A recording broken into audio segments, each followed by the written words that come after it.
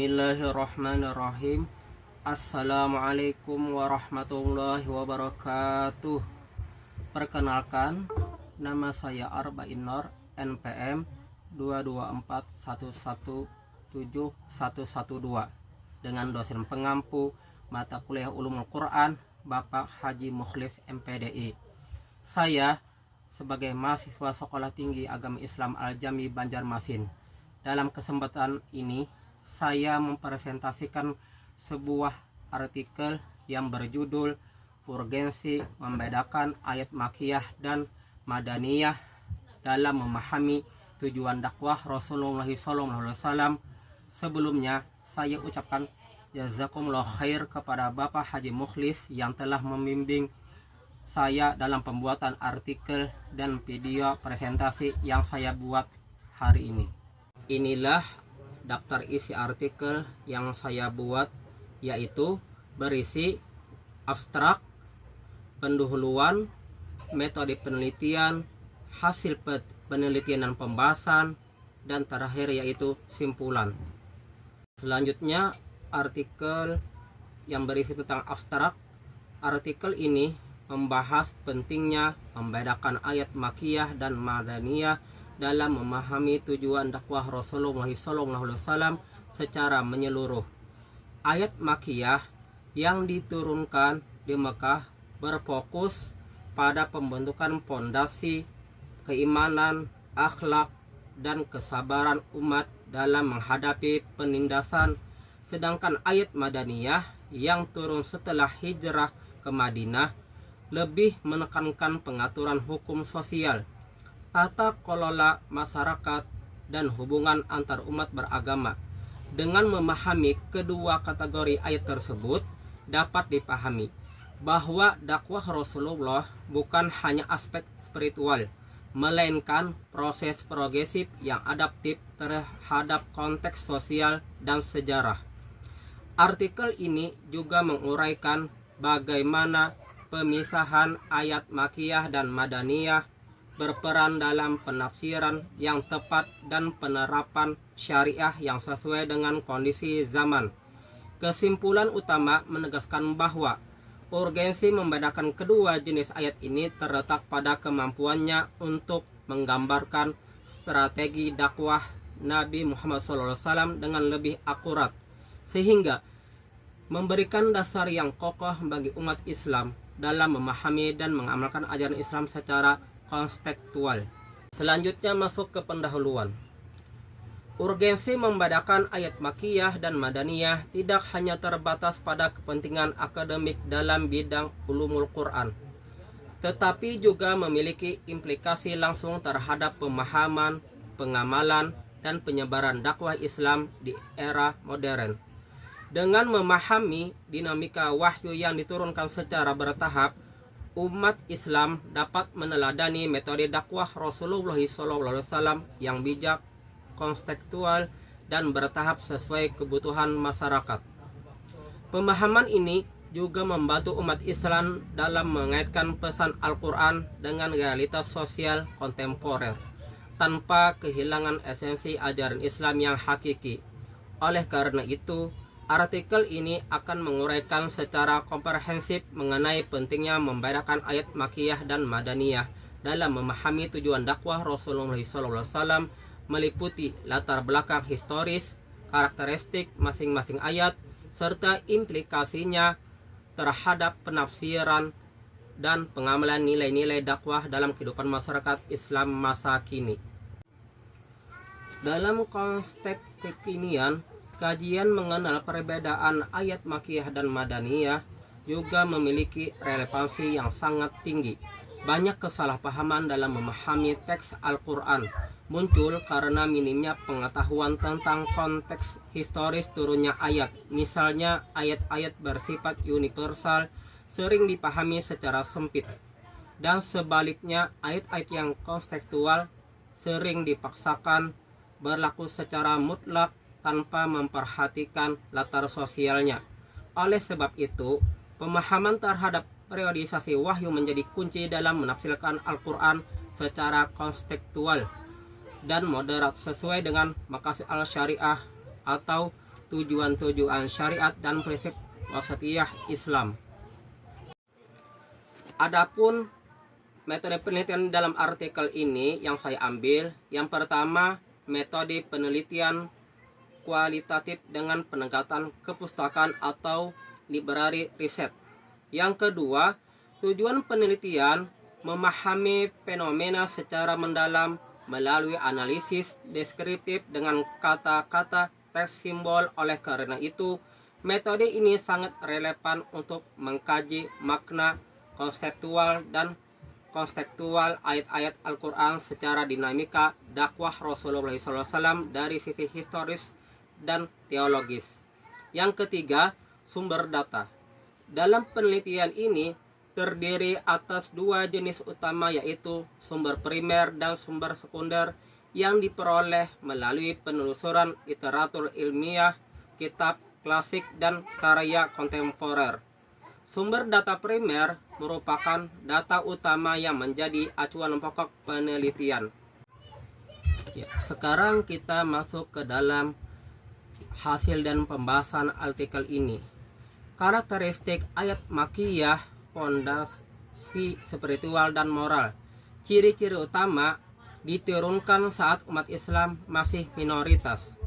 Gaya bahasa singkat, kuat, dan menggugah hati. Sering diawali dengan ya ayuhan nas, yang artinya wahai manusia. Banyak mengandung sumpah, peringatan, dan janji. Tema pokoknya yaitu ketauhidan dan keesaan Allah, keimanan kepada hari akhir, kisah para nabi dan perjuangan mereka, penyucian jiwa, dan pembinaan akhlak. Hujjah rasional melawan kemusyrikan. Ayat makiyah mencerminkan kondisi masyarakat Mekah yang masih jahiliyah, penuh kemusyrikan dan didominasi kaum Quraisy. Dakwah Rasulullah pada fase ini bertujuan menanamkan fondasi ideologis Islam melalui penekanan pada tauhid, kesabaran, dan keteguhan menghadapi tekanan sosial. Contoh surah Al-Ikhlas dalam surah ke-112 ayat 1-4 menekankan keesaan Allah, dan surah Al-Mudaththir surah yang ke-74 ayat 1-7 berisi perintah untuk bangkit berdakwah keikhlasan. Masih di hasil dan pembahasan. Tahapan dakwah Rasulullah dari spiritual menuju sosial politik. Fase makiyah yaitu pembinaan akidah. Selama 13 tahun di Mekah, Rasulullah fokus menanamkan tauhid, keimanan, dan akhlak mulia. Dakwah bersifat spiritual dan individual, mengkokohkan fondasi iman di tengah penindasan dan penentangan kaum musyrik. Fase transisi hijrah ke Madinah. Hijrah menandai perubahan signifikan dalam strategi dakwah. Umat Islam mulai membangun komunitas yang terorganisir dengan struktur sosial dan hukum yang jelas. Fase Madaniyah, pembentukan masyarakat. Di Madinah, dakwah beralih ke tahap pembentukan masyarakat Islam yang berperadaban. Ayat-ayat Madaniyah menekankan hukum, muamalah, jihad, dan pengaturan kehidupan bermasyarakat yang adil dan teratur. Kedua fase ini saling melengkapi dan membentuk kesatuan utuh. Tanpa pondasi iman yang kuat dari fase makiyah, masyarakat Islam tidak akan mampu menegakkan keadilan. Tanpa struktur sosial yang adil dan fase Madaniyah, keimanan tidak akan memberi dampak nyata bagi kehidupan umat Islam. Implikasi dalam tafsir dan pemahaman hukum Islam. Membedakan ayat makiyah dan Madaniyah memiliki implikasi mendalam dalam bidang tafsir dan hukum Islam. Pertama, membantu memahami konteks dakwah Rasulullah dengan mengetahui fase turunnya wahyu. Seseorang peneliti dapat memahami kondisi psikologis dan sosial umat Islam saat itu. Kedua, membantu mengetahui urutan perkembangan hukum Islam yang diturunkan secara bertahap seperti larangan khamar, riba, dan jihad. Ketiga, membantu memahami ayat nasikh dan mansukh. Umumnya ayat madaniyah menggantikan hukum makiyah sesuai kebutuhan masyarakat yang lebih kompleks. Keempat, menjadi panduan dalam metode dakwah modern. Pemahaman terhadap tahapan dakwah Rasulullah dapat menjadi pedoman strategis bagi para dai dalam menyesuaikan materi dan pendekatan dakwah sesuai tingkat kesiapan masyarakat. Konteks dakwah, memahami kondisi sosial yang fisiologis umat pada turunnya wahyu. Nasikh mansukh menentukan mana hukum yang menghapus dan mana yang dihapus. Perkembangan hukumnya yaitu mengetahui yang progresivitas hukum Islam diturunkan secara bertahap. Terakhir yaitu metode dakwah, menyesuaikan pendekatan dakwah dengan tingkat kesiapan masyarakat. Perbedaan fokus pengajaran akidah syariah dan sosial. Ayat makiyah, akidah dan moral. Fokus utamanya itu adalah membentuk dasar akidah yang kuat. Tema yang sering muncul yaitu hari kiamat, azab, peringatan terhadap kekufuran, keimanan kepada Allah, dan kebangkitan umat Islam dihimbau untuk tetap teguh pada prinsip-prinsip keimanan meskipun mendapat berbagai tantangan dan siksaan. Contoh, surah Al-Infitor, surah yang ke-82 ayat 1-5 itu menggambarkan peristiwa akhir zaman untuk memperingatkan umat tentang kehidupan setelah mati dan penguatan hati menghadapi tantangan. Selanjutnya yaitu ayat madaniyah yang berisi syariah dan sosial. Fokus pada syariah dan hukum yang mengatur kehidupan sehari-hari, peraturan tentang ibadah, zakat, puasa, haji, dan jihad lebih ditekankan setelah hijrah. Komunitas muslim membangun kehidupan baru dengan tuntutan ibadah yang lebih terperinci dan hubungan yang sosial yang tertata. Contohnya yaitu di dalam surah An-Nisa, surah keempat ayat 11, itu mengatur hukum warisan secara detail, mencerminkan kebutuhan masyarakat muslim yang sudah terorganisir. Selanjutnya masuk di urgensi praktis. Relevansi dalam dakwah kontemporer dalam konteks masyarakat modern yang plural dan digital, membedakan ayat makiyah dan madaniyah menjadi pedoman dalam menentukan strategi dakwah yang relevan. Jika masyarakat menghadapi krisis moral dan akidah, pendekatan yang sesuai adalah pendekatan makiyah, dakwah yang menekankan nilai iman, etika, dan spiritualitas. Namun, jika tantangannya bersifat sosial seperti ketimpangan ekonomi atau krisis keadilan, pendekatan madaniyah lebih relevan, dakwah yang membangun sistem sosial berkeadilan dan tanggung jawab kolektif. Dakwah yang efektif bukanlah yang bersifat emosional semata, melainkan yang memahami tahapan psikologis dan sosial audiens sebagaimana dicontohkan oleh Rasulullah SAW. Setiap kondisi menentukan ungkapan-ungkapan yang relevan. Ungkapan dan intonasi berbeda digunakan ayat-ayat makiyah dan madaniyah, memberikan informasi metodologi bagi cara-cara menyampaikan dakwah agar relevan dengan orang yang diserunya.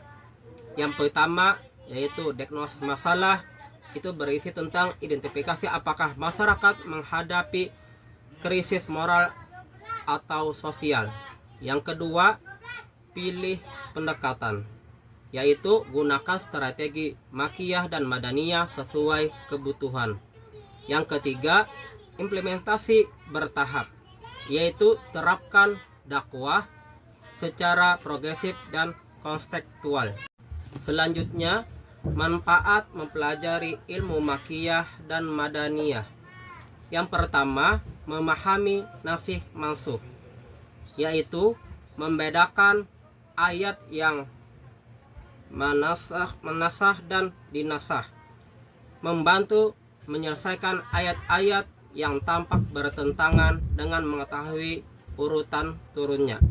Yang kedua, mengetahui tahrih tasyri, memahami sejarah penerapan hukum dan tahapan-tahapannya yang penuh hikmah, menunjukkan kebijaksanaan syariat Islam dalam mendidik masyarakat. Yang ketiga, menelusuri sejarah Nabi, memahami perjalanan hidup Rasulullah SAW melalui ayat Al-Quran karena turunnya wahyu sejalan dengan sejarah dakwah dari peristiwa-peristiwa penting. Yang keempat, memahami gaya bahasa dakwah, yaitu mengerti bagaimana Al-Quran menyesuaikan ungkapan dengan kondisi dan situasi masing-masing daerah, memberikan acuan dalam menjalankan tugas dakwah modern. Yang kelima, meyakini orisinalitas Al-Quran, yaitu memperkuat kepercayaan atas validitas dan orisinalitas Al-Quran yang terhindar dari perubahan dan penyelewengan, karena begitu perhatiannya umat Islam dalam mengkajinya dari berbagai aspek. Sekarang kita masuk ke tahap terakhir, yaitu simpulan. Ilmu Makkiyah dan Madaniyah adalah aspek penting dalam studi Al-Quran yang membantu memahami pesan ilahi dengan lebih baik. Klarifikasi ayat berdasarkan waktu turunnya berperan dalam memahami hukum Islam, strategi dakwah, serta menjaga keautentikan Al-Quran. Membedakan kedua jenis ayat ini membantu kita memahami bahwa tujuan dakwah Rasulullah SAW bersifat evaluatif dan konseptual, bukan seragam untuk semua situasi. Fase Makkiyah menekankan pembinaan akidah dan moralitas sebagai pondasi dakwah. Fase Madaniyah menegaskan penerapan nilai-nilai Islam dalam kehidupan sosial dan politik. Kedua fase ini menunjukkan kesinambungan visi dakwah Nabi yang terarah, strategis, dan realitas. Dengan memahami dinamika wahyu yang diturunkan secara bertahap, umat Islam dapat meneladani metode dakwah Rasulullah SAW secara bijak, konseptual, dan bertahap sesuai kebutuhan masyarakat. Pemahaman ini juga membantu umat Islam dalam mengalirkan pesan Al-Quran dengan realitas sosial kontemporer tanpa kehilangan esensi ajaran Islam yang hakiki. Pemahaman holistik, yaitu membaca Al-Quran secara komprehensif, bukan parsial. Aplikasi konseptual, yaitu menerapkan ajaran Islam sesuai dengan kondisi zaman dan masyarakat. Strategi dakwah efektif, yaitu menggunakan metode bertahap yang adaptif dan humanis seperti Rasulullah SAW. Demikian yang bisa saya presentasikan mengenai artikel ini. Semoga dapat dipahami dengan baik oleh para pembaca maupun pendengar video ini.